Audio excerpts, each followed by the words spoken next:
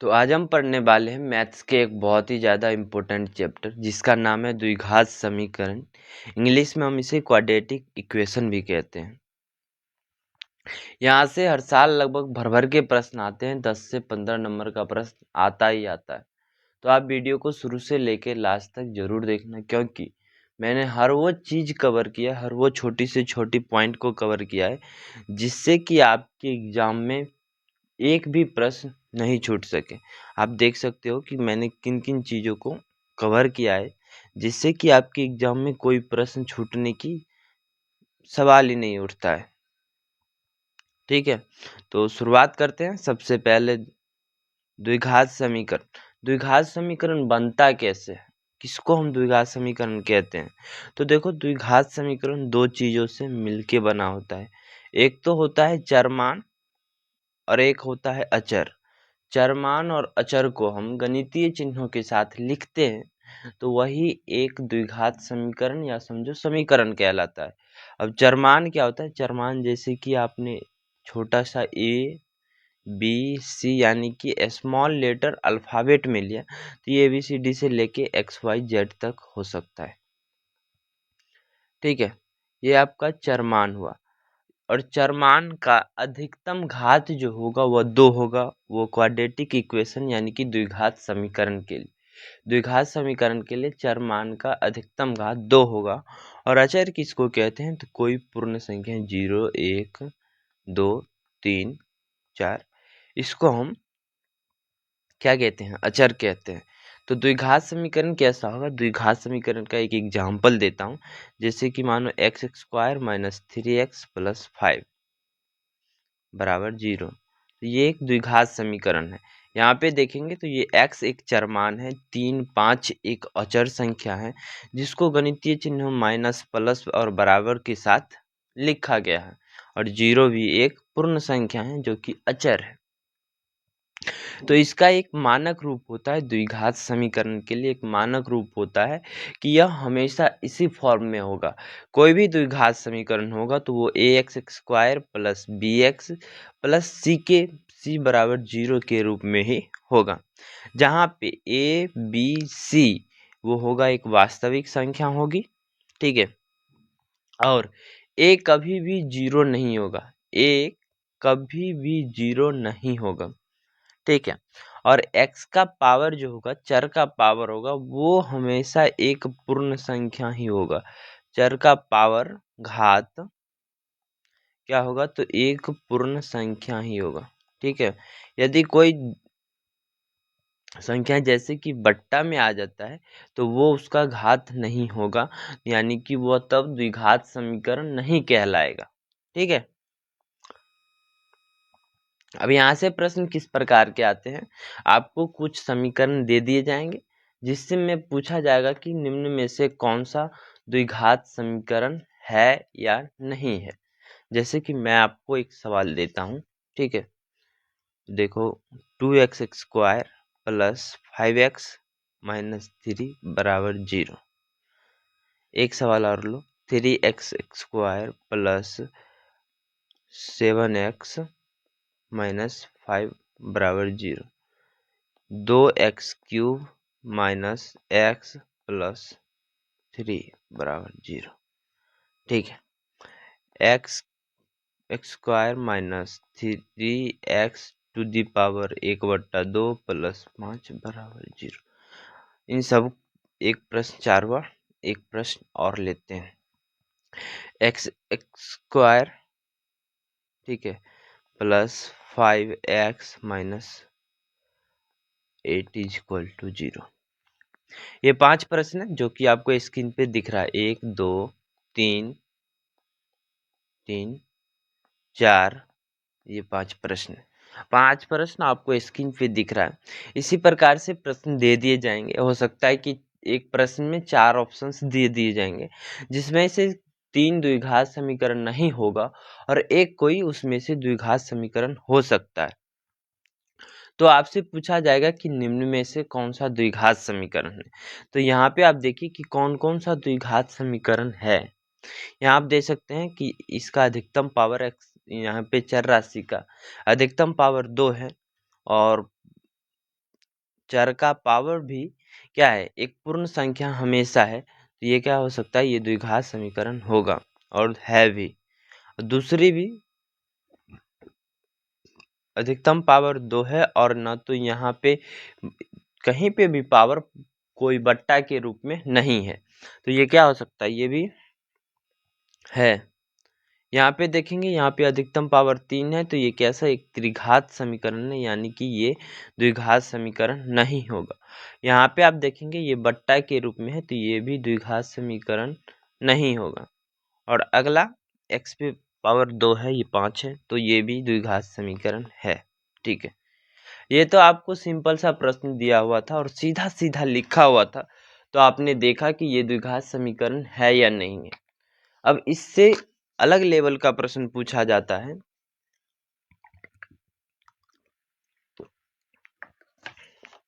वो कैसा प्रश्न होता है वो भी मैं आपको दिखाता हूँ।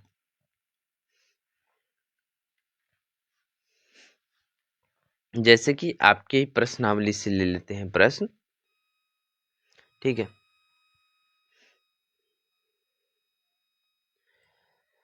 प्रश्न है x प्लस 1 का होल स्क्वायर बराबर 2 इंटू एक्स माइनस 3। अब x प्लस 1 का होल स्क्वायर, अब आप पढ़े होंगे a प्लस बी का होल स्क्वायर, इसको आप सॉल्व करेंगे तो ये हो जाएगा a प्लस बी के होल स्क्वायर से एक्स स्क्वायर प्लस एक का स्क्वायर 1 प्लस 2x इंटू 1 करेंगे तो वो वैसा ही आएगा। ठीक है, बराबर हो जाएगा 2x माइनस 3, इसके बराबर होगा। अब ये x square minus 2x plus 2x, ये माइनस में आएगा और प्लस का 1 और ये भी प्लस का 3, बराबर इधर क्या बच जाएगा, तो 0। तो ये हो जाएगा एक्स स्क्वायर प्लस 4 बराबर 0।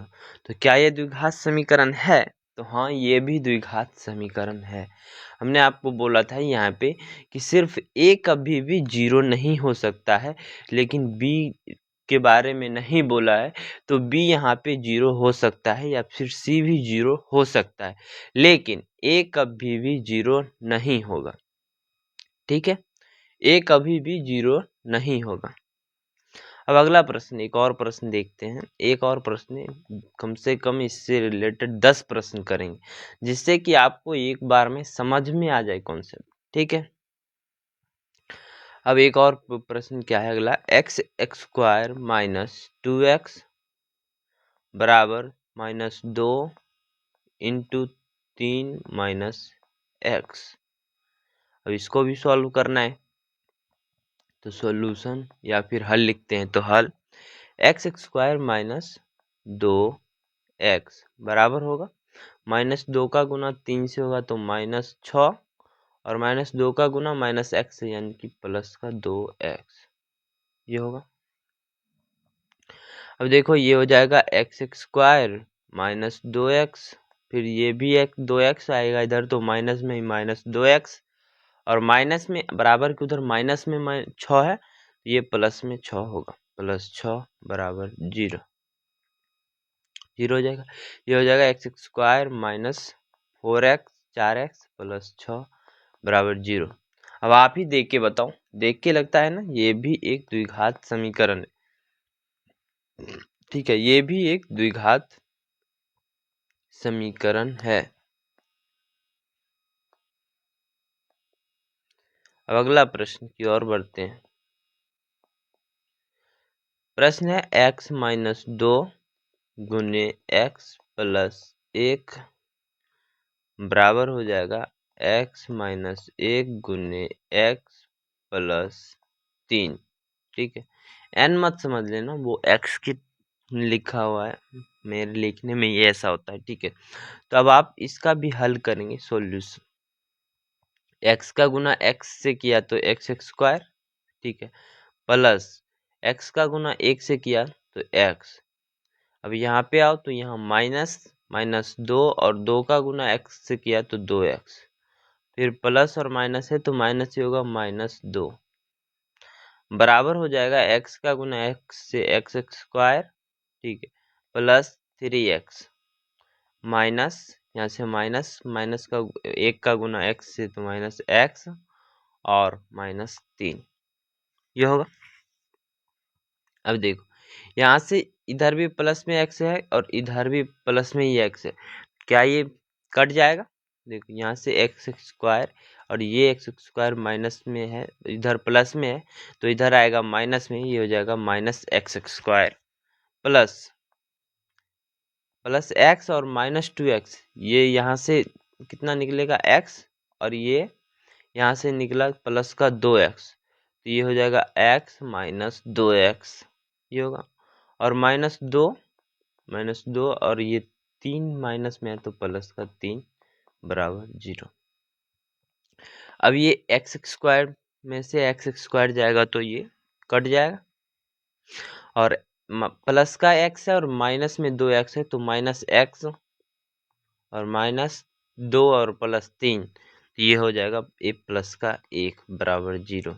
अब देखो यहाँ पे a ही 0 हो गया है, यानी कि a 0 हो गया है, एक्स स्क्वायर के साथ जो गुणांक था वही 0 हो गया है, तो ये एक द्विघात समीकरण नहीं है। यहाँ पे x का अधिकतम पावर 1 है, यहाँ पे x का अधिकतम पावर 1 है जो कि हमें चाहिए था 2, तभी ये द्विघात समीकरण होता, नहीं तो नहीं होता। तो ये भी एक द्विघात समीकरण, ये एक द्विघात समीकरण नहीं है, ये एक द्विघात समीकरण नहीं है।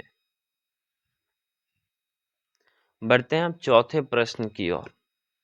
चौथा प्रश्न है x, ये चौथा प्रश्न, x - 3 गुने 2x प्लस 1 बराबर x गुने x प्लस 5, x गुने x प्लस 5। इसका भी सोल्यूशन करेंगे हल। x का गुना 2x से तो ये हो जाएगा 2x एक्स स्क्वायर और प्लस x का गुना 1 से तो x और -3 का गुना 2x से तो -6x और -3 बराबर x का गुना x से तो x स्क्वायर प्लस 5x ये होगा।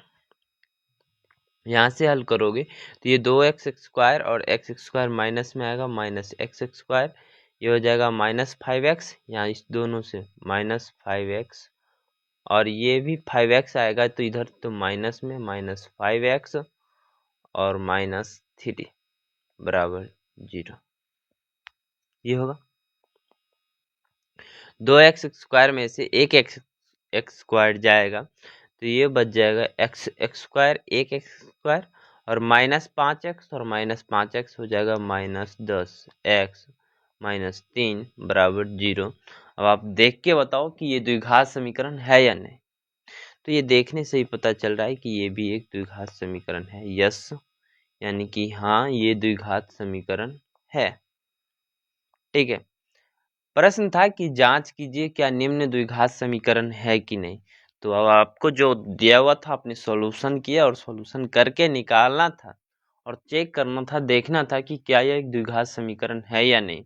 ये आपको कभी 2 नंबर वाला प्रश्न में भी पूछ सकता है या फिर आपको ऑब्जेक्टिव में भी 4 ऑप्शंस दे दिए जाएंगे और पूछा जाएगा कि क्या निम्न में से द्विघात समीकरण है या नहीं है।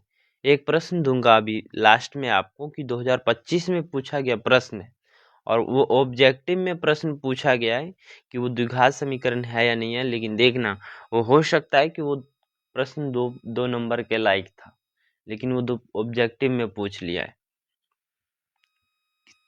ये चौथा प्रश्न था। पांचवें प्रश्न की ओर बढ़ते हैं। ठीक है, पांचवा प्रश्न है 2x माइनस, इतना प्रश्न करा देना चाहता हूं मैं आपको कि एग्जाम में आपका कोई डर नहीं बचे। ठीक है, यहीं पे आप इतना प्रश्न प्रैक्टिस कर लो कि आपको एग्जाम में जाके कोई डर ना बचे इस प्रश्न से रिलेटेड, इस टॉपिक से रिलेटेड। ठीक है, तो आप धैर्य बना के वीडियो को लास्ट तक जरूर देखना और अपने दोस्तों में शेयर कर देना यदि वीडियो पसंद आया हो, अभी आपको एग्जाम से रिलेटेड यदि मदद भी किया तो प्लीज़ आप वीडियो को लाइक कर देना और चैनल को सब्सक्राइब कर देना और दोस्तों तक एक बार जरूर शेयर कर देना कि हाँ कोई फ्री में पढ़ा रहा है और अच्छा पढ़ा रहा है, ठीक है। तो ये हो जाएगा 2x माइनस 1 गुना x माइनस 3 बराबर है x प्लस 5 गुने x माइनस 1 के। किसके बराबर है? x प्लस 5 गुने इंटू एक्स माइनस 1 के, ठीक है। अब इसको भी हम हल करेंगे। हल 2x का गुना x से ये हो जाएगा 2x x square minus 2x का गुना 3 से, ये कर दिया था क्या? नहीं, 2x का गुना 3 से तो ये हो जाएगा माइनस 6x। अब यहाँ से माइनस 1 है और गुना x से तो माइनस x, माइनस से माइनस ये हो जाएगा प्लस, माइनस 1 का गुना माइनस 3 से तो ये हो जाएगा 3 बराबर x का गुना x से तो x एक्स स्क्वायर और x का गुना माइनस 1 से तो माइनस x प्लस 5 का गुना x से 5x और 5 का गुना माइनस 1 से तो माइनस 5, ये होगा। अब यहाँ से हम लिखेंगे 2x एक्स स्क्वायर, ये एक एक्स स्क्वायर घटेगा minus x x square minus 6x और माइनस यहाँ पे x है तो माइनस 7x हुआ, माइनस 7x।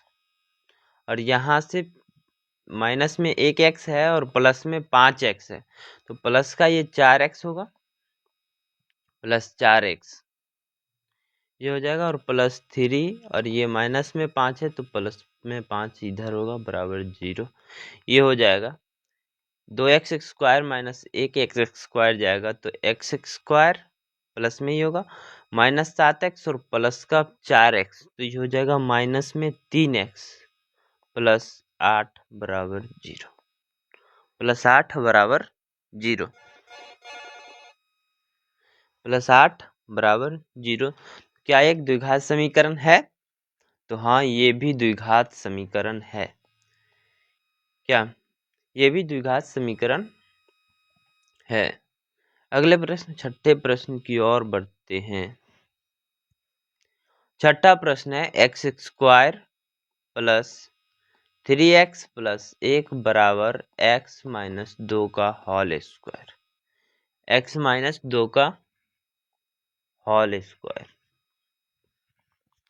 तो ये क्या हो जाएगा, इसको आप हल करोगे तो ये हो जाएगा X square plus 3x plus 1 minus 3x plus 1 minus x minus Y, X minus 2 है यानी कि a माइनस बी के होल स्क्वायर का फॉर्मूला लगेगा। कौन सा फॉर्मूला लगेगा? a माइनस बी के होल स्क्वायर। तो ये हो जाएगा एक्स स्क्वायर प्लस 2 का स्क्वायर यानी कि 4 पल माइनस में होगा माइनस 2 एक्स वाई यानी कि 2 गुने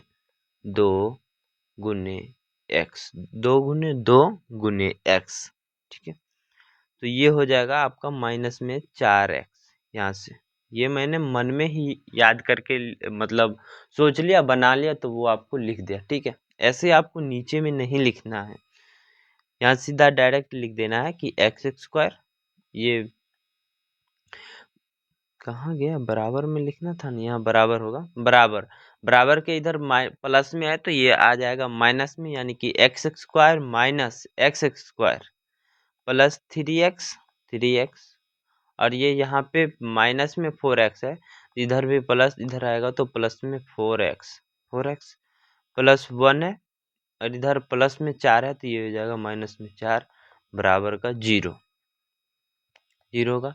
यानी कि ये x square minus x square, ये एक्स स्क्वायर से एक्स स्क्वायर कट गया, ये एक्स स्क्वायर से ये एक्स स्क्वायर कट गया तो क्या बचा? यहाँ से कुछ नहीं बचा, ये बचा 4 3 7x,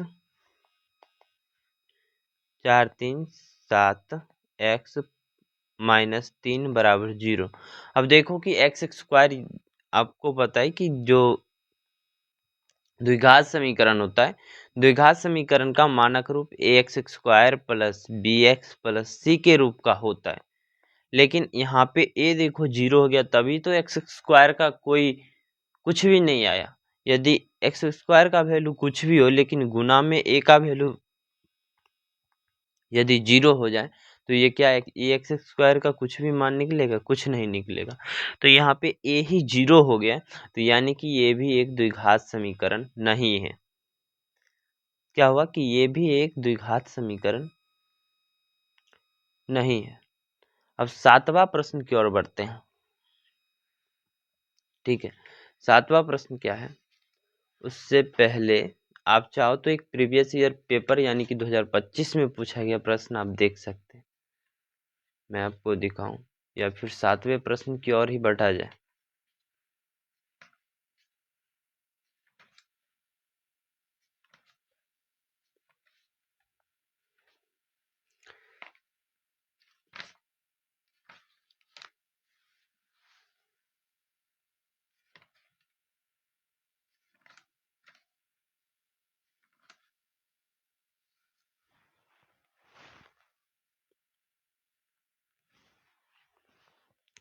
सातवां प्रश्न है मेरा, क्या प्रश्न है, 7वां प्रश्न। अब आप देखो यहां से, ठीक है। 7वां प्रश्न है कि x प्लस, एक मिनट, 7वां प्रश्न है कि x प्लस 2 का होल क्यूब बराबर है 2x गुने एक्स स्क्वायर माइनस 1 के। किसके बराबर है, तो x प्लस 2 का होल क्यूब जो है वो बराबर है 2x गुने एक्स स्क्वायर माइनस 1 के। ठीक है, तो अब आप निकालोगे x प्लस 2 का होल क्यूब या फिर a प्लस बी के होल क्यूब से आप निकालोगे, तो x प्लस 2 का होल क्यूब निकालोगे तो ये बराबर हो जाएगा x cube plus 3x square into 2, 3x square into 2 plus 3x into 2 का स्क्वायर, ये होगा प्लस 2 का क्यूब, 2 का क्यूब बराबर होगा 2x स्क्वायर से, सॉरी 2x से x स्क्वायर का गुना होगा, तो ये हो जाएगा 2x cube minus 2x, 2x cube minus 2x, ये होगा। तो अब आप सबका गुना करो तो ये पहला ही संख्या, ये यहाँ पे x क्यूब होगा, तो ये हो जाएगा x क्यूब प्लस 3 इंटू 2 यानी कि 6x स्क्वायर, ये होगा, कितना हो जाएगा, ये हो जाएगा 6x स्क्वायर प्लस 2 दूना 4 तिहाई 12x प्लस 2 का क्यूब यानी कि 2 दूनी 4 दूनी 8 प्लस का 8 बराबर हो जाएगा 2x cube minus 2x, 2x cube minus 2x, ये होगा। अब यहां से क्या निकलेगा, x क्यूब, ठीक है, ये यहां से निकला x cube, x cube minus 2x cube plus 6x square, 6x square plus 12x, और ये माइनस में 2x है तो ये प्लस में 2x, 2x प्लस 8 बराबर 0, तो ये हो जाएगा माइनस में x cube plus 6x square plus 12x और प्लस 2x यानी कि 14x प्लस 8 बराबर 0। अब देखो यहाँ पे इसका अधिकतम मान जो है वो 3 है, घात में कितना है, 3 है, तो ये द्विघात समीकरण नहीं होगा, ये द्विघात समीकरण नहीं होगा, ये पावर यहाँ पे 3 है, तो ये त्रिघात समीकरण हो सकता है। ठीक है, अब आगे बढ़ते हैं 7वां नहीं 8वां प्रश्न की ओर। 8वां प्रश्न कहता है एक्स क्यूब एक्स पे पावर 3 माइनस 4 एक्स पे पावर 2 माइनस एक्स प्लस 1 बराबर होगा एक्स माइनस 2 के होल पावर 3 के बराबर है। अब आपको इसे सॉल्व करके देखना है कि ये द्विघात समीकरण होता है या नहीं होता है। हल, तो x cube minus 4x square minus x plus 1 बराबर है तो x माइनस 2 का होल क्यूब करेंगे तो ये हो जाएगा x cube, sorry x cube करना है, क्या हो जा रहा है, x cube plus 3x square गुने 2 प्लस 3x स्क्वायर गुने माइनस में 2 होगा क्योंकि माइनस में भी है, तो -2 प्लस 3x गुने -2 का होल स्क्वायर, 3x गुने -2 का whole square plus plus plus -2 का होल क्यूब। ठीक है, ये समझ जाना आप। यहाँ से रुक जाओ, लिख ही देते हैं अच्छा से, -2 का होल क्यूब ये होगा। अब ये यहाँ से क्या निकलेगा, x cube minus 4x square minus x plus 1 बराबर होगा एक्स क्यूब प्लस 3 दूनी 6 यानी कि माइनस में होगा ये 6x स्क्वायर। ठीक है, तो यहीं से आप माइनस कर दो, -6x स्क्वायर। ठीक, और ये -2 का पावर 2 है तो ये प्लस में 4 होगा, तो यहाँ से हो जाएगा प्लस का 12x और 2 दूनी 4 दूनी 8, ये माइनस में 8 होगा। ठीक है, तो ये हो जाएगा एक्स क्यूब यहाँ से और minus x cube minus x plus, नहीं ये माइनस में x है और यहाँ से एक 12x माइनस, इधर प्लस में है तो इधर भी आएगा माइनस में, यानी कि -12x प्लस 1 और यहाँ से माइनस में 8 है तो प्लस में 8 प्लस 1 और प्लस 8 बराबर 0। तो यहाँ देखो एक्स क्यूब से ये एक्स क्यूब कट गया। अब आप यहाँ से एक्स क्यूब और एक्स क्यूब देखते तो ये आपको लगता है कि ये यहाँ पे एक्स स्क्वायर होना था ना, कहाँ गया 6x स्क्वायर, 6x स्क्वायर को तो लिखा ही नहीं, कहाँ से कहाँ गया।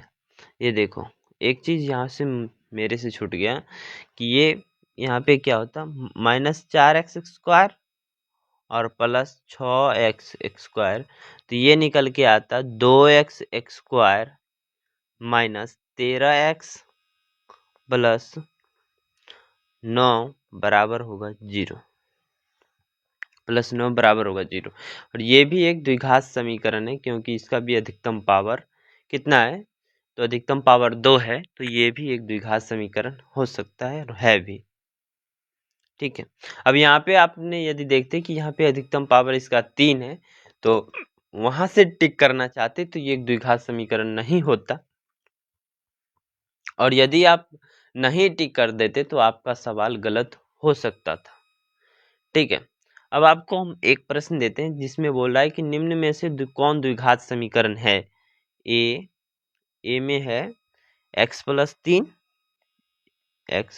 3 और बी में है ए में x प्लस 3 और x माइनस 3 बराबर है x square minus 4x cube के, 4x क्यूब के ये बराबर होगा। और बी में दिया है कि x प्लस 3 का होल स्क्वायर, x प्लस 3 का होल स्क्वायर प्लस 4x 4 गुने x प्लस 4 है, 4 गुने x प्लस 4। और सी में है 2x माइनस 2 का whole square plus 4x square plus 7, ये है कि नहीं। और डी में है कि 4x प्लस 1/4x बराबर 4x। अब आपको इन सब में बताना है कि कौन सा द्विघात समीकरण है। अब इन सब में आपको बताना है कि कौन सा द्विघात समीकरण है। तो अब आप सब में देखेंगे तो ये देखो पहला वाला का जब गुना होगा तो ये पहला वाला x स्क्वायर के रूप में आएगा, तो x स्क्वायर से x स्क्वायर, ये x का गुना x से होगा एक बार, तो x स्क्वायर हुआ और x स्क्वायर और ये इधर प्लस में है तो ये माइनस हो जाएगा एक्स स्क्वायर, तो ये कट जाएगा, ये एक्स क्यूब वाला सिर्फ बचेगा और एक्स स्क्वायर वाला नहीं बचेगा, तो ये द्विघात समीकरण नहीं हो सकता है। ठीक है, और यहाँ से देखो ये हो जाएगा 2x स्क्वायर और इधर कोई एक्स स्क्वायर कोई फॉर्म में नहीं है। ठीक है, तो वो कट भी नहीं सकता है, यहाँ पे बराबर होगा। एक मिनट, यहाँ पे बीच में चिन्ह बराबर होगा, तो बराबर के इस साइड कोई एक्स स्क्वायर वाला फॉर्म नहीं बन रहा है कि जिससे इधर जाके कट जाए, तो ये द्विघात समीकरण हो सकता है। या फिर आप दूसरी को चेक करो, यहाँ से चेक करोगे तो 2x स्क्वायर 2x माइनस 2 का होल स्क्वायर है, तो 2x स्क्वायर का एक बार एक्स स्क्वायर होगा, तो ये हो जाएगा 4x स्क्वायर, और ये इधर सबके बाद बराबर लग गया, और ये देखो कि इधर बराबर में भी 4x स्क्वायर है, तो ये इधर आएगा तो ये घट जाएगा और 4x स्क्वायर और माइनस हो जाएगा 4x स्क्वायर बराबर 0 हो जाएगा, यानी कि a बराबर 0 के फॉर्म में आ जाएगा, तो ये द्विघात समीकरण नहीं होगा। डी नंबर है कि 4x प्लस 1/4x, यानी कि यहाँ पे देखो 1/4 तो ये हुआ, x का मतलब हुआ कि ये 1 माइनस में हो गया। ठीक है, x का पावर कितना हो गया, माइनस में हो गया, तो x का पावर ना तो माइनस में हो सकता है, सिर्फ क्या होगा तो धनात्मक होगा। ठीक है, और एक सीधी प्राकृतिक संख्या होगी। अब अगले टॉपिक की ओर बढ़ते हैं, गुणनखंड द्वारा हल। हल क्या होता है, हल की बात की जाए तो हल इस समीकरण में x, मानो कि इसमें से x का मान निकालोगे, तो x का मान क्या होगा, x का वह मान जो इस द्विघात समीकरण को संतुष्ट करे, यानी आप यहाँ पे x का मान रखोगे तो ये बराबर में 0 है, तो ये 0 को बराबर कर दे। जैसे कि अब आपने यहाँ पे एक रखा, मानो कि x बराबर 1 हो गया, तो 2 के जगह 2 होगा और x स्क्वायर यानी कि 1 का स्क्वायर और गुने में 1 माइनस 3 का गुना x से यानी कि 1, 3 गुना 1 प्लस 1, ये हो गया 2 माइनस 3 प्लस 1, तो ये देखो 2 और प्लस यहाँ से धनात्मक 3, यानी कि 2 माइनस 3 करो तो माइनस 1 प्लस 1 बराबर 0, तो ये क्या हो गया, x बराबर 1, ये उसका एक हल हो गया, यानी कि x का मान निकल गया। लेकिन यहाँ तो एक छोटी संख्या था, तो मैंने एक रख के देखा कि एक संतुष्ट करता है या नहीं। जब बड़ी संख्याएं दे रखी हो या फिर कोई दूसरा द्विघात समीकरण दिया हो, तो आप कैसे देख के पहचानोगे या फिर कैसे निकालोगे कि उसका क्या निकल सकता है हल, उसमें x का मान क्या निकल सकता है, तो हम उसका मान निकालते हैं गुणनखंड विधि द्वारा। अब गुणनखंड विधि द्वारा क्या होता है, अब जैसे कि एक समीकरण मानो, एक समीकरण है 2x square minus 5x plus 3 बराबर 0। अब इसमें हमें गुणनखंड विधि से मूल निकालना है, गुणनखंड विधि से मूल निकालना है। अब लिखो हल, ए बी सी एक बार में निकाल लो। ए क्या होगा, यहाँ के लिए ए बराबर हो जाएगा 2 और बी बराबर होगा -5, सी बराबर होगा 3। ठीक है, ए बराबर 2, बी बराबर -5 और सी बराबर 3। अब आपको करना है ए सी यानी कि ए का गुना 3 सी से, ए का गुना सी से। ठीक है, तो ए में कितना है 2 और सी में कितना है तो 3, 6 हो गया। और 6 का अब क्या करना है, 6 का 2 ऐसा गुणनखंड निकालना है कि जोड़ के या घटा के माइनस में 5 आना चाहिए, सॉरी 5 आना चाहिए, माइनस में हो या प्लस में कुछ नहीं, 5 आना चाहिए उसका जोड़ घटा के। जैसे अब पहला ही गुणनखंड की बात करें तो पहला गुणनखंड क्या होगा 1, और 1 का 1 गुने 6 होगा 6 बराबर में। अब 2 से लगाओगे तो 2 गुना 3 2 तिया 6, यहाँ से आप जोड़ के देखते तो 6 ये भी हो सकता था, ये भी हो सकता था, 6 माइनस 1 होगा तो 5 होगा। या फिर आप 2x माइनस 3x के रूप में भी लिख सकते हैं, 2 प्लस 3 बराबर भी होता है 5। ठीक है, 2 प्लस 3 बराबर भी होता है 5। अब जैसा मर्जी हो वैसा लिख दो, लेकिन आंसर सेम ही आने वाला है। ठीक है, तो हम लिखते हैं, इसको कैसे लिखोगे। पहले प्रश्न 2x², इसके फॉर्म माइनस में 5 लाना है, तो अब क्या किया कि माइनस में 6x लिखा, 6x और प्लस x, तो ये हो गया माइनस में 5x प्लस 3 बराबर 0। ठीक है, सबसे ज्यादा कठिन जो होता है बच्चों को, वो ए वाला संख्या निकालने में होता है कि हम किस संख्या को जोड़े या किस संख्या को घटाए कि जिससे कि मेरा बीच वाला संख्या निकल सके। तो मैं आपको बहुत आसान तरीका बता दिया।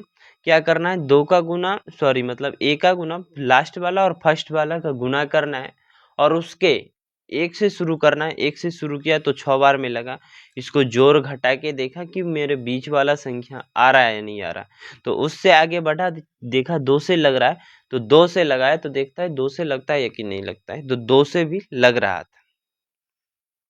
ठीक है, 2 से भी लग रहा था, तो वही हमारा आंसर निकल के आया भी। ऐसे ही आपको तब तक चेक करते रहना है कि जब तक कि वो बीच जोड़ के या घटा के बीच वाला कोई संख्या न निकल जाए।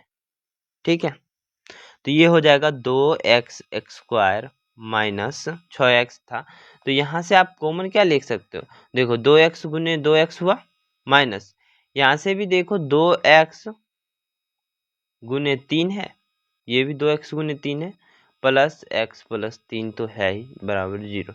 तो इन दोनों में हम क्या कॉमन ले सकते हैं, तो इन दोनों में 2x है, यहाँ से x ही होगा सिर्फ,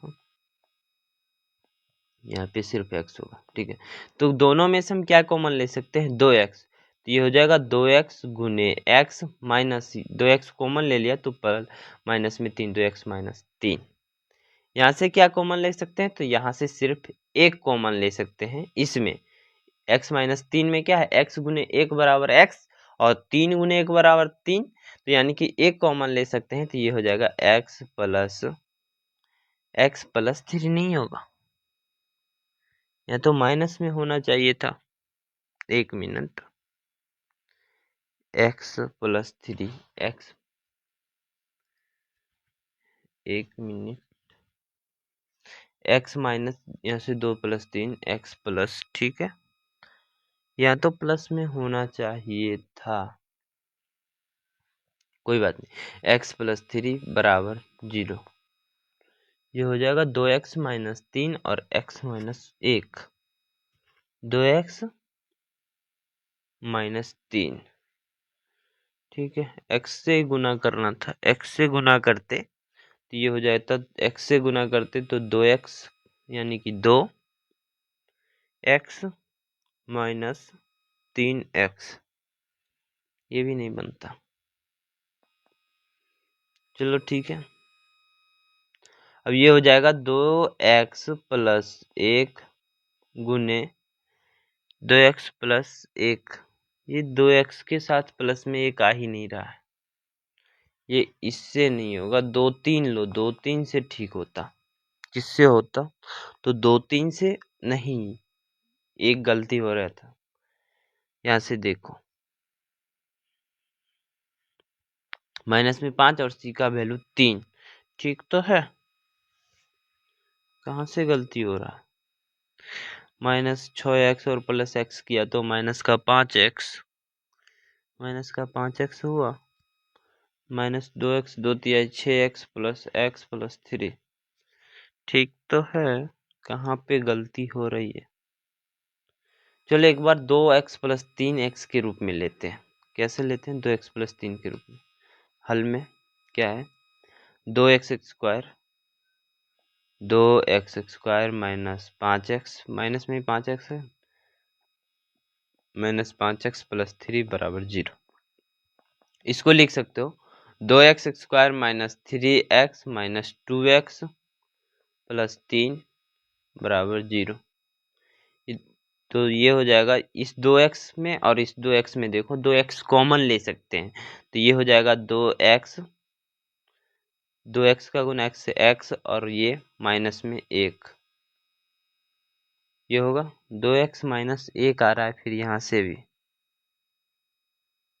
क्या हो रहा है, x माइनस 1, हाँ ठीक है, 2x माइनस 3, अब ये माइनस 3x और ये 3 है, तो यहाँ से हम क्या कॉमन ले सकते हैं, तो माइनस का 3 कॉमन लेंगे। माइनस कितना कॉमन लेंगे, तो 3 कॉमन लेंगे, तो यहाँ पे बच जाएगा x, और प्लस में यहाँ पे बचेगा, माइनस में ही होगा -1। ठीक है, जब देखो ये वाला और ये वाला सेम आ जाए तो मतलब समझना कि आंसर आपका सही निकल रहा है। यहाँ पे देखो पता नहीं क्या हो गया, x -3 आ रहा है, यहाँ पे x +3 आ रहा है। यही से मेरे को डाउट लग रहा था गलत आंसर होने का। ठीक है, तो यहाँ से निकाल सकते हैं कि 2x - 3 गुने x - 1 बराबर होगा 0 के। ठीक है, तो 2x - 3 बराबर 0 होगा, यानी कि कोमा x - 1 बराबर 0 होगा। तो 2x बराबर होगा 3 के, x बराबर हो जाएगा 3/2। ये पहला समीकरण से। दूसरा समीकरण से होगा x बराबर 1, यानी कि x का वैल्यू देखो, द्विघात समीकरण है तो द्विघात समीकरण में x का मूल्य 2 हो सकता है। कितना हो सकता है, 2 हो सकता है। वही त्रिघात समीकरण रहता तो x का वैल्यू 3 आ सकता था।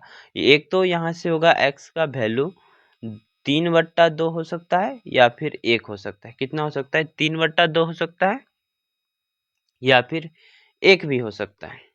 ठीक है, अब आगे बढ़ते हैं। एक और प्रश्न लेके मैं आपको समझाता हूँ। कम से कम 4-5 प्रश्न लेके तो ही समझाऊंगा, तभी तो आप समझ पाओगे ना। 4-5 प्रश्न तो जरूर ही लेंगे। अगला प्रश्न है 6x² - x - 2 बराबर 0। अब इसको भी आपको बताना है कि ये द्विघात समीकरण के मदद गुणनखंड के मदद से इसका मूल ज्ञात करना है। ठीक है, क्या करोगे, a × c, a का गुना c से, यानी 2 का गुना 6 से करोगे तो ये हो जाएगा 12। अब 12 का गुणनखंड निकालो तो 1 गुने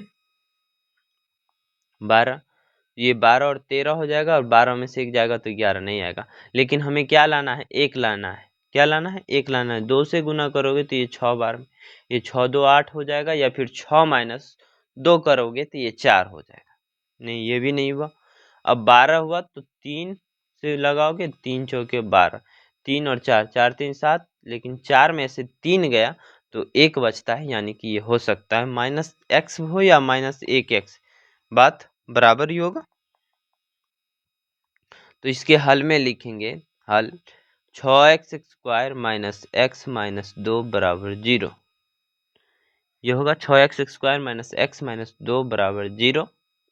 इसको लिख सकते हैं 6x² माइनस,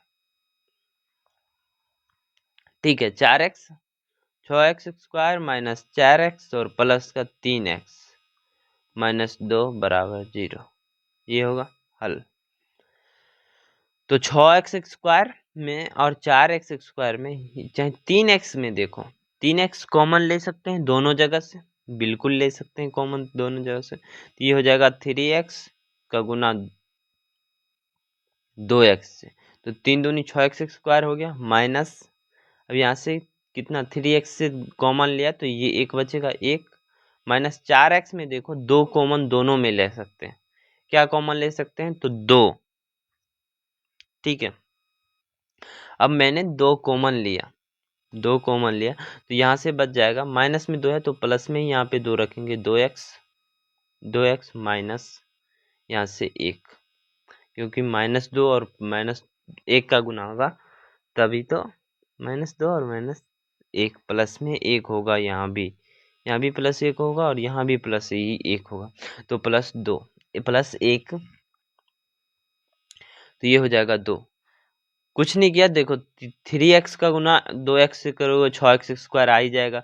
3x का गुना 1 से करोगे तो प्लस में 3 प्लस है तो प्लस में 3x आ ही जाएगा, माइनस 2x, 2 का गुना 2x से करोगे तो यहाँ से 4x आ ही जाएगा, और प्लस में 1 है और 1 का गुना -2 से करोगे तो यहाँ से -2 आ ही जाएगा। उसी को बस कॉमन ले लेके एक जगह लिख दिया है, तो इसको आप लिख सकते हो 3x - 2 गुने 2x + 1 बराबर होगा 0 के, बराबर हो जाएगा 0 के, यानी कि इसको आप इस प्रकार से भी लिख सकते हो 3x - 2 बराबर 0। इन दोनों में से कोई एक 0 होगा तभी तो ये पूरे का मान 0 आ रहा है। तो इसी प्रकार से आप एक बार यदि ये 0 होगा तो x का मान क्या निकलेगा, और एक बार यदि 2x प्लस 1 बराबर 0 होगा तो x का मान क्या निकलेगा। इसी में हमें दो x का भिन्न भिन्न मान निकलता है। ठीक है, जैसे कि 3x माइनस 2 बराबर 0 है, तो इसको लिख सकते 3x बराबर हो जाएगा 2 और x बराबर हो जाएगा 2/3। एक x का मान क्या निकला 2/3, और यहाँ से x का मान क्या निकलेगा 2x बराबर हो जाएगा -1 और x बराबर हो जाएगा -1/2। x बराबर क्या हो जाएगा -1/2, यानी कि द्विघात समीकरण 6x² माइनस x माइनस 2 के दो मूल्य x का दो मान, एक मान होगा 2/3 और दूसरा मान -1/2 होगा। ठीक है, और भी प्रश्न लेके समझा दिया जाए। एक प्रश्न लेके और मैं आपको समझा देता हूं, उसके बाद हम अगले प्रश्न की ओर बढ़ेंगे। ठीक है,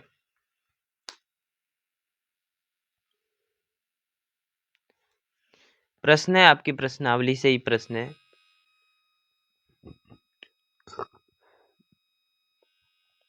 x² माइनस 3x माइनस 10 बराबर 0। ठीक है, x² माइनस 3x बराबर 10, 3x माइनस 10 बराबर 0।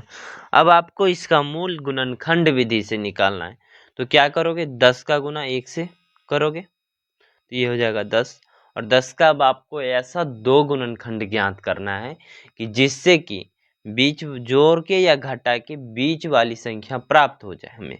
तो अब आप 1 से लगाओगे 10 में, तो ना तो जोड़ने से प्राप्त हो रहा है ना घटाने से प्राप्त हो रहा है।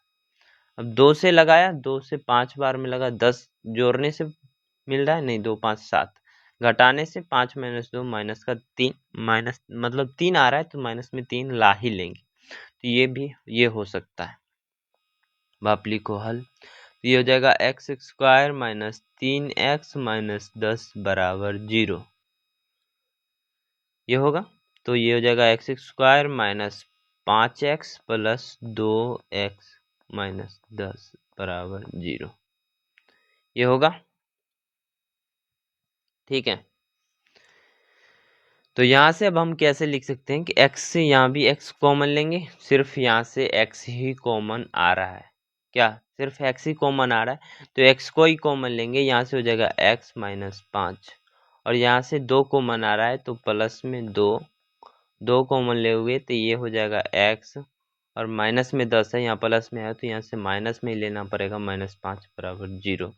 यानी कि एक बार x प्लस 2 गुने x माइनस 5 करोगे तो ये पूरे का वैल्यू, अब आप इसको गुना करोगे तो ये इसके बराबर आ ही जाएगा। ठीक है, इसको ऐसा ही लिखते हैं, तो x प्लस 2 बराबर 0 होगा या फिर x माइनस 5 बराबर 0 होगा। तो x प्लस 2 बराबर 0 होगा जब, तो x बराबर होगा -2, और x माइनस 5 बराबर जब 0 होगा तो x बराबर होगा 5, यानी x का एक वैल्यू -2 है और x का एक वैल्यू क्या है 5 है। यही आपका हल था। ठीक है, गुणनखंड विधि से कितना से भी कितना बड़ा आपको प्रश्न दे दिया जाए तो हमें उम्मीद है कि आप गुणनखंड विधि से निकाल लेंगे। क्या आप बिल्कुल निकाल सकते हैं। बढ़ते हैं अब अगले टॉपिक की ओर। अगला टॉपिक आता है विभक्तर या विवेचक, जिसको हम डी से भी डिनोट करते हैं। यह क्या होता है, तो ये आपके समीकरण का डी बराबर होता है b² माइनस 4ac के। डी किसके बराबर होता है, तो b² माइनस 4ac के। ठीक है, ये आपको छोटा सा फॉर्मूला है, ये आपको याद रखना है। जब भी आपको विवेचक निकालने के लिए बोले या विभक्तर निकालने के लिए बोले तो आपको फॉर्मूला यही फॉर्मूला लगाना है कि d बराबर b² माइनस 4ac। ठीक है, अब यही समीकरण देता हूं, जैसे कि x² माइनस 3x और माइनस 10 बराबर 0, ये था। अब इसका विवेचक क्या होगा, अब आप बताओ कि इसका d क्या होगा। d बराबर होगा b² माइनस 4ac। a का मान कितना है, तो 1, b का मान कितना है -3, और c का मान कितना है तो -10। ये हो गया। ए का मान 1 है, बी का मान -3 और सी का मान -10 है। तो b² - 4ac निकालना है, तो -3 का स्क्वायर, ये d बराबर, एक बार पूरे अच्छे से लिखता हूँ, d बराबर हो जाएगा -3 का स्क्वायर -4 गुने a का वैल्यू 1, c का वैल्यू -10 होगा, तो यही आपका d हो जाएगा, यानी कि -9 होगा पूरे का पूरे, माइनस में 3 है और इसका स्क्वायर भी हुआ तो -3 गुने 3 बराबर हो जाएगा 9। 9 माइनस, यहाँ पे भी माइनस है और यहाँ पे भी माइनस है, तो ये भी प्लस में ही होगा, तो 4 दहाई के 40 बराबर हो जाएगा 49 के। d बराबर कितना होगा, तो 49। अब दूसरा प्रश्न लेते हैं, दूसरा प्रश्न का भी d निकालो। 2x² + x - 6 बराबर 0। अब इसका अब आप d निकालने का प्रयास करो, ठीक है। तो इसका d बराबर हो जाएगा b², यानी कि b यहाँ पे कितना है, तो 1, b बराबर कितना है, b बराबर 1 है और a बराबर 2 हो जाएगा, c बराबर -6।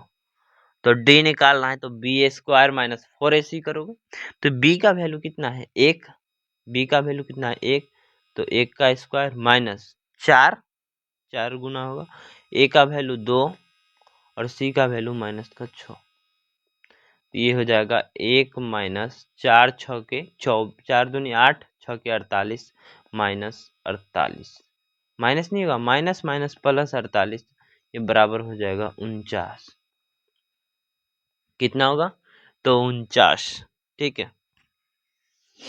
अब आपको इससे पहले जो 2 समीकरण दिया था, अब उसका मूल ज्ञात करने का प्रयास करते हैं।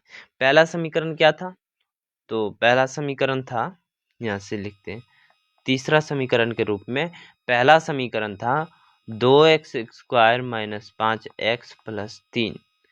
यहाँ से a बराबर कितना है 2, b बराबर कितना है -5 और c बराबर कितना है, तो 3,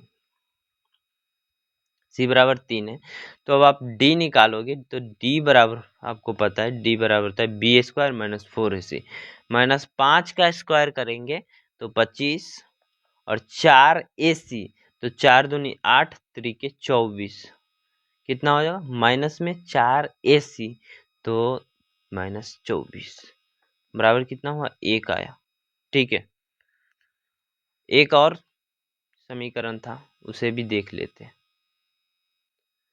एक समीकरण क्या था, वो था 6x² - 6x² - x - 2 बराबर 0। अब इसका d क्या होगा, पहले a बराबर लिखो, तो a बराबर 6, b बराबर -1, c बराबर -2। तो d बराबर क्या होगा, b का स्क्वायर, यानी कि -1 का स्क्वायर -4ac, तो 4 और 1, 4 का गुना a से यानी 6, 4 6 के 24 और -2, तो 24 और गुना करोगे -2 से, तो ये हो जाएगा -48 और यहाँ पे भी माइनस है, तो ये हो जाएगा प्लस में 48। ये हो जाएगा 1 + 48 बराबर होगा 49 के। ये भी इसका डी था। तो इसी प्रकार से बहुत सारी समीकरण आपको दे दिए जाएंगे और आपसे बोला जाएगा कि डी का वैल्यू निकालिए या विवेचक या विभक्तर निकालिए। हर साल प्रश्न आता है इससे कि आपको बोला जाता है कि इसका विभक्तर क्या होगा, ठीक है, या फिर अगला टॉपिक जो मैं बताने वाला हूँ इससे ठीक रिलेटेड है, तो वो ऐसा प्रश्न जरूर ही पूछता है।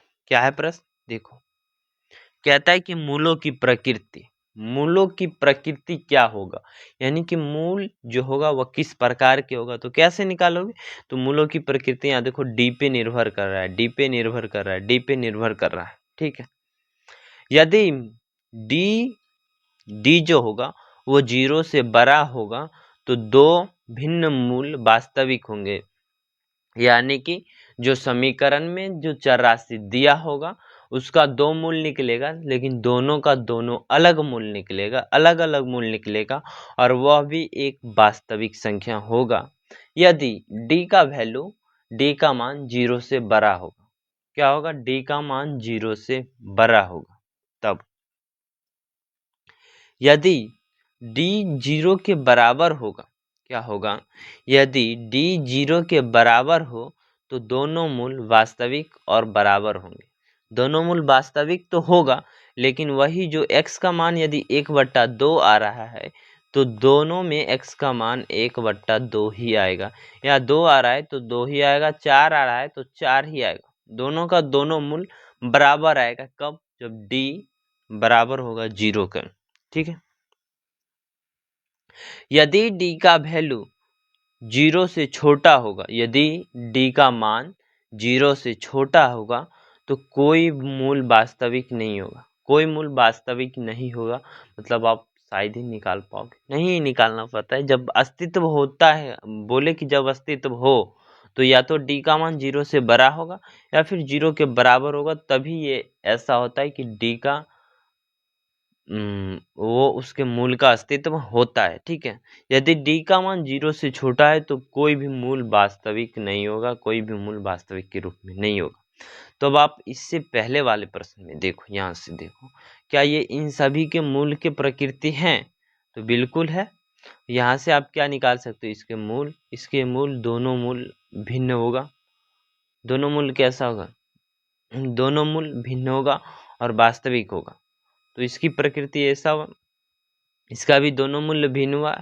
ये बड़ा है, ये 0 से बड़ा है ना, ये 0 से बड़ा है, ये भी देखो 0 से बड़ा है, तो इसका भी मूल्य क्या हो सकता है, वास्तविक हो सकता है। और दोनों का दोनों अलग है, ये भी 0 से बड़ा है तो ये भी, इसका भी मूल्य वास्तविक हो सकता है। ठीक है, और दोनों का दोनों मूल्य जो होगा वो अलग होगा, वो समान नहीं हो सकता है। ठीक है, अब आगे कुछ प्रश्न देता हूं जिसको आपको क्या करना है कि मूलों की प्रकृति देखना है। मूलों की सिर्फ प्रकृति चेक करना है कि मूल की प्रकृति है या नहीं है। ठीक है, मूल की प्रकृति है या नहीं है, थोड़ा सा वेट कीजिएगा। ठीक है, अब यहां से पहला प्रश्न है 3x² 3x² minus 5x plus 2 बराबर 0। अब इसमें आपको चेक करना है कि मूल की प्रकृति है या नहीं है। कैसे चेक करोगे, d का वैल्यू निकालोगे ना, तो d बराबर हो जाएगा, d बराबर पहले a निकालो तो 3, b बराबर -5 और c बराबर 2 होगा। c बराबर 2 तो d निकालोगे तो यानी कि b का स्क्वायर यानी -5 का स्क्वायर, ये हो जाएगा 25। b स्क्वायर -4ac -4ac यानी कि 4 या 12 दूनी 24, ये कितना आया, 1 आया, जो कि d के मान से बड़ा है। d के मान से नहीं, 1 जो है वो 0 से बड़ा है, तो इसका मतलब हुआ कि इसका जो मूल होगा वो कैसा होगा, वास्तविक व भिन्न होंगे, वास्तविक व भिन्न होगा। ठीक है, मूल वास्तविक होगा और अलग अलग मूल्य निकलेगा। दूसरा समीकरण आपके सामने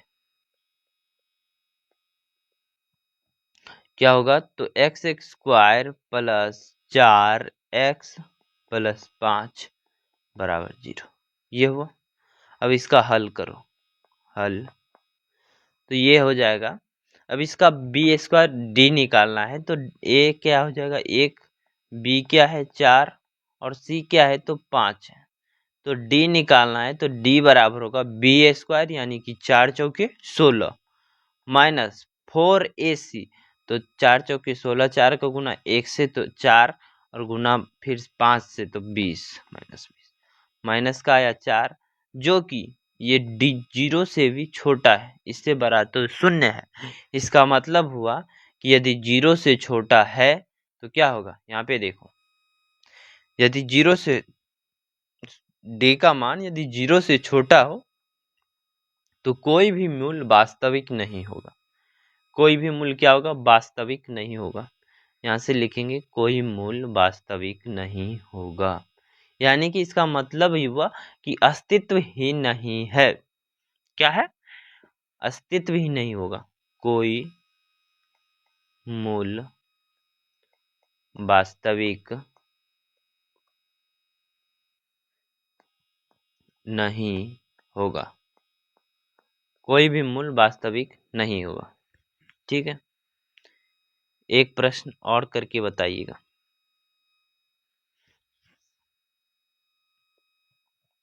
2x² कहाँ जा रहा है भाई? 2x² माइनस 2 गुने √2 x प्लस 1 बराबर 0। ये हुआ हल। हल में a बराबर हो जाएगा आपका 2, b बराबर हो जाएगा -2 √2, कोमा c बराबर हो जाएगा 1। अब d आपको निकालना है तो b का स्क्वायर -2 √2 का स्क्वायर करोगे तो √2 का स्क्वायर होता है 2, और उसी 2 और 2 का स्क्वायर होता है 4। तो 4 दूनी 8, कितना हो जाएगा? तो b का मान हो जाएगा ये गुने 2, तो ये हो जाएगा 4 गुने 2 बराबर 8। तो b² बराबर हो जाएगा 8 माइनस 4ac, तो 4 गुने 4 दूनी 8, उसके गुना में फिर 1 तो -8। 8 - 8 बराबर 0, यानी कि d बराबर हुआ 0 के। d किसके बराबर हुआ? 0 के, यानी कि क्या होगा? मूल वास्तविक होगा।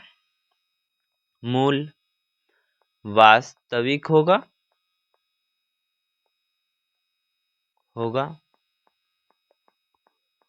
वह दोनों समान होगा। क्या होगा? दोनों समान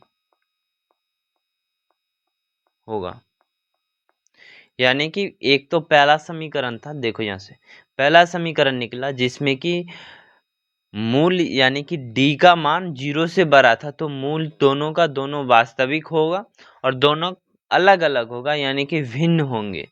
और यहीं पे ये d का मान 0 से छोटा आया तो कोई भी मूल वास्तविक नहीं होगा। क्या होगा? कोई भी मूल वास्तविक नहीं होगा।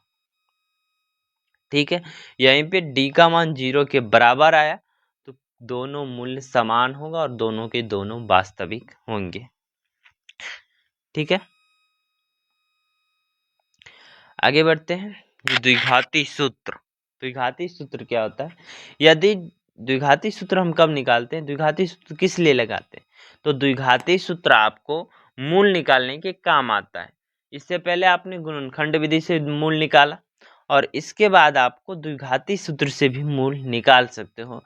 यदि d का वैल्यू 0 से बड़ा, 0 से बड़ा होगा या 0 के बराबर होगा तो ये फॉर्मूला लगा के आप मूल निकाल सकते हो। ये फॉर्मूला क्या है? माइनस में b प्लस माइनस b। अब प्लस माइनस कैसे लगाओगे? एक बार आपको यहाँ प्लस का यूज करोगे तो वो x निकलेगा, एक x एक x का वैल्यू निकलेगा, x का एक मान निकलेगा, और एक बार आप माइनस लगाओगे तो x का दूसरी वैल्यू निकलेगा। तो यानी कि ये हो जाएगा -b plus minus √b² minus 4ac बट्टा 2a बराबर क्या हो जाएगा? बट्टा 2a। बढ़ते हैं प्रश्न की ओर। इससे प्रश्न कैसा कैसा आता है तो मैं आपको यहाँ दिखाना चाहूंगा। पहले मूलों की प्रकृति आपने देखा कि मूलों की प्रकृति कैसे निकालते हैं, उसके बाद हम द्विघाती सूत्र का प्रयोग करके कैसे समीकरण को हल करते हैं, चर का मान निकालते हैं। अब आपके सामने प्रश्न है, पहला प्रश्न 2x² माइनस 3x प्लस 5। अब पहले क्या निकालना है? द्विघाती सूत्र इसमें लगाना है यदि, तो पहले हमें d का वैल्यू निकालना होगा। वो देखेंगे कि 0 से बड़ा हो रहा है या 0 के बराबर हो रहा है, तभी हम द्विघाती सूत्र लगाएंगे। तो यहाँ से d बराबर हो जाएगा बी स्क्वायर यानी कि -3 का स्क्वायर 9 -4 AC तो 4 दूनी 8 5 40 -40 यानी कि ये हो जाएगा माइनस में 31 जो कि छोटा है 0 से भी, तो इसका मूल वास्तविक नहीं होगा, इसका मूल नहीं निकल सकता है। ठीक है, दूसरा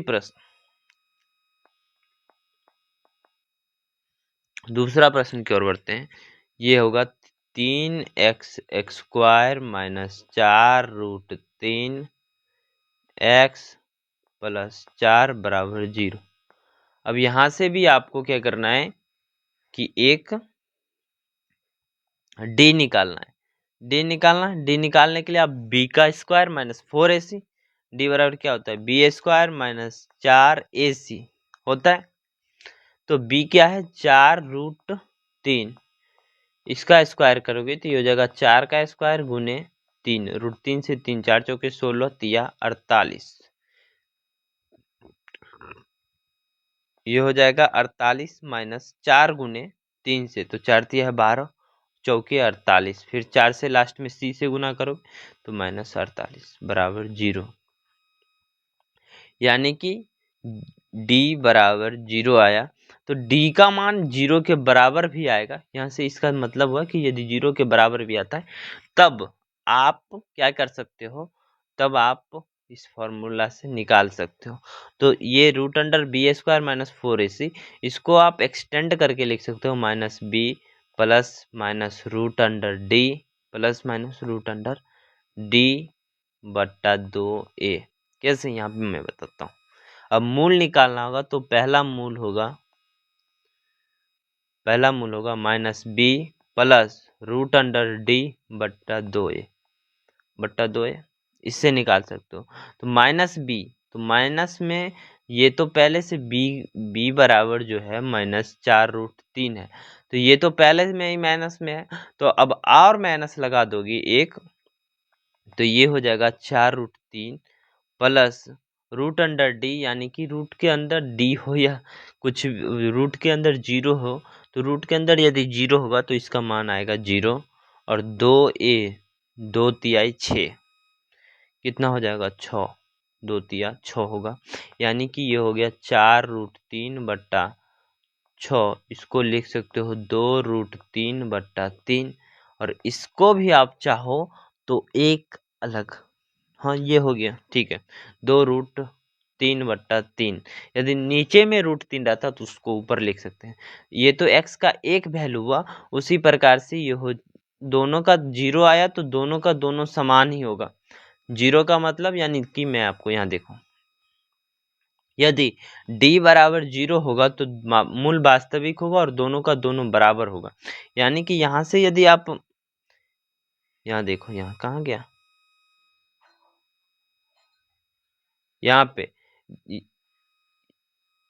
यहाँ पे मैंने 4√3 में प्लस किया 0, आप माइनस भी 0 करोगे तो कोई फर्क नहीं पड़ेगा, यानी कि दोनों का दोनों मूल बराबर ही आएगा।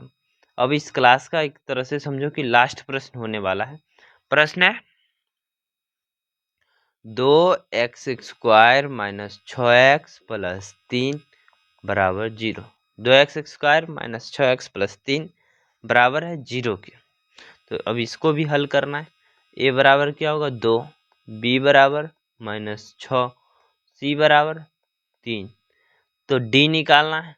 d बराबर हो जाएगा b² -4ac, d बराबर ये होगा, तो b² यानी कि -6 का स्क्वायर, तो ये हो जाएगा प्लस में 36 और -4ac, तो 4 दूनी 8 त्रिके 24, 4 दूनी 8 त्रिक 24, ये आ गया आपका 12, यानी कि d बराबर हो गया, वो 0 से बड़ा है, 0 से बड़ा है d जो है वो 0 से बड़ा है। इसका मतलब है कि दो मूल वास्तविक होंगे। क्या होगा, दोनों का दोनों मूल वास्तविक होगा। अब मूल कैसे निकालोगे, तो द्विघाती सूत्र से, द्विघाती सूत्र से ये हो जाएगा। क्या होता है द्विघाती सूत्र, तो हम लगाएंगे minus B plus minus root under D बट्टा 2a, ये होगा। माइनस में b को रखना है, पहले से ही माइनस में है b, -6 है और माइनस लगाओगे तो ये हो जाएगा प्लस का 6 और प्लस d का मान कितना आया है 12 बट्टा 2a, यानी कि 2 से गुना a का, यानी कि 2 दूनी 4, ये हो जाएगा 12 + 6 18 बट्टा 4, यानी कि ये हो जाएगा 9 बट्टा 2।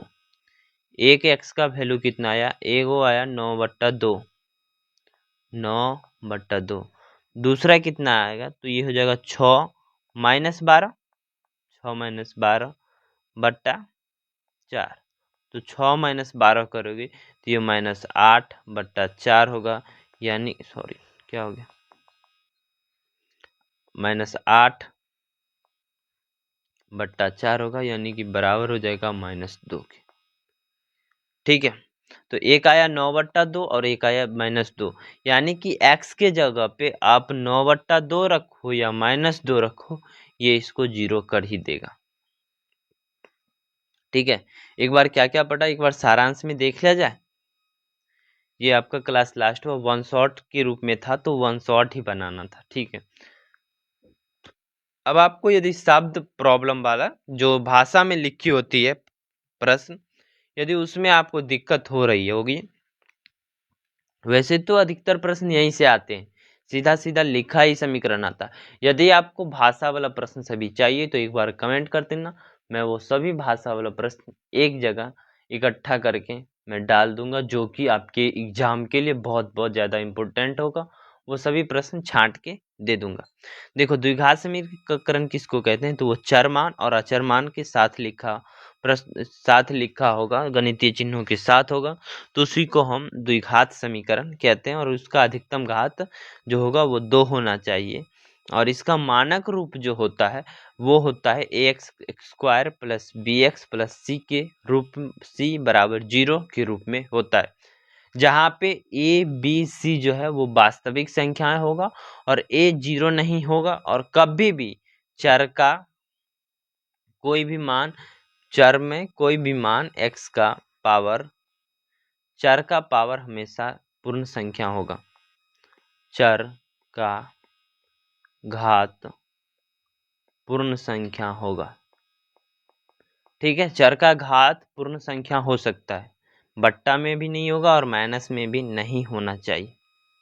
ठीक है, उसके बाद हमने पढ़ा गुणनखंडों पे हल, गुणनखंड से हल कैसे ज्ञात करते हैं, तो मैंने बताया कि a × c करते हैं और उसी प्रकार से बीच वाला b को तोड़ते हैं गुणनखंड के रूप में, और उसी को लिख के बस एक हमें क्या निकलता है, रैखिक समीकरण निकलता है। दो, यहाँ देखो 2x + 1 एक रैखिक समीकरण के रूप में है या नहीं, यहाँ से है ना, कहाँ गया, 2x - 3 ये भी एक रैखिक समीकरण है, और 2x - 1 ये भी एक रैखिक समीकरण है। तो हम क्या करते हैं कि a × c यानी कि लास्ट इंटू फर्स्ट का गुना करके बीच वालों को तोड़ के हम एक दो रैखिक समीकरण निकालते हैं। एक द्विघात समीकरण से हम दो रैखिक समीकरण निकालते हैं और फिर x का मान निकालते हैं। उसके बाद हमने पढ़ा, क्या पढ़ा, उसके बाद हमने पढ़ा विवेचक के बारे में।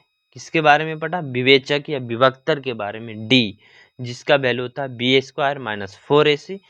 इसमें से आपको दे दिया जाता है, कोई भी समीकरण दे दिया जाएगा और आपको बोलेगा इसका विवेचक या विभक्तर निकालिए, लेकिन इससे ज़्यादा इम्पोर्टेंट हो जाता है कि आपको डी निकाल के बताना है कि उसके उस समीकरण के जो मूल निकलेंगे उस मूल का प्रकृति कैसा होगा।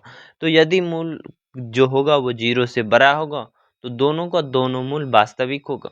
यदि 0 के बराबर होता है तो दोनों वास्तविक तो होगा, लेकिन दोनों समान मूल होगा, बराबर मूल होगा। ठीक है, x का मान 2x का मान जो आएगा दोनों का दोनों बराबर आएगा। उसके बाद तीसरा प्रश्न है, डी का मान यदि 0 से छोटा हो तो कोई भी वास्तविक मूल नहीं होगा।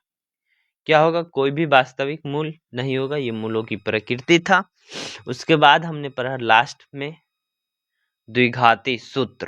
द्विघाती सूत्र था, यदि d का मान 0 से बड़ा या बराबर हो तो इस प्रकार से हम द्विघाती समीकरण लगाते हैं जो कि है minus B plus minus root under B square minus 4ac बट्टा 2a। यहाँ root under B square minus 4ac की जगह आप डी भी लिख सकते हो। रूट अंडर ये डी हो जाएगा क्योंकि बी स्क्वायर माइनस 4ac बराबर होता है डी का। तो लास्ट था यहीं तक प्रश्न। यदि आपको कोई प्रॉब्लम आती है वर्ड प्रॉब्लम शब्द वाला में सवाल में, तो मैं आप एक बार कमेंट करना, मैं सभी सवालों को ठीक है एक जगह सॉल्यूशन बहुत अच्छे तरीके से करा के मैं आपको दे दूंगा। ठीक है, तो अभी तक के लिए इतना ही, मिलते हैं आप सबसे अगले क्लास में। Thank you. यदि आपने यहाँ तक क्लास को देखा है तो एक बार वीडियो को लाइक करके चैनल को सब्सक्राइब कर लेना और दोस्तों तक शेयर कर देना।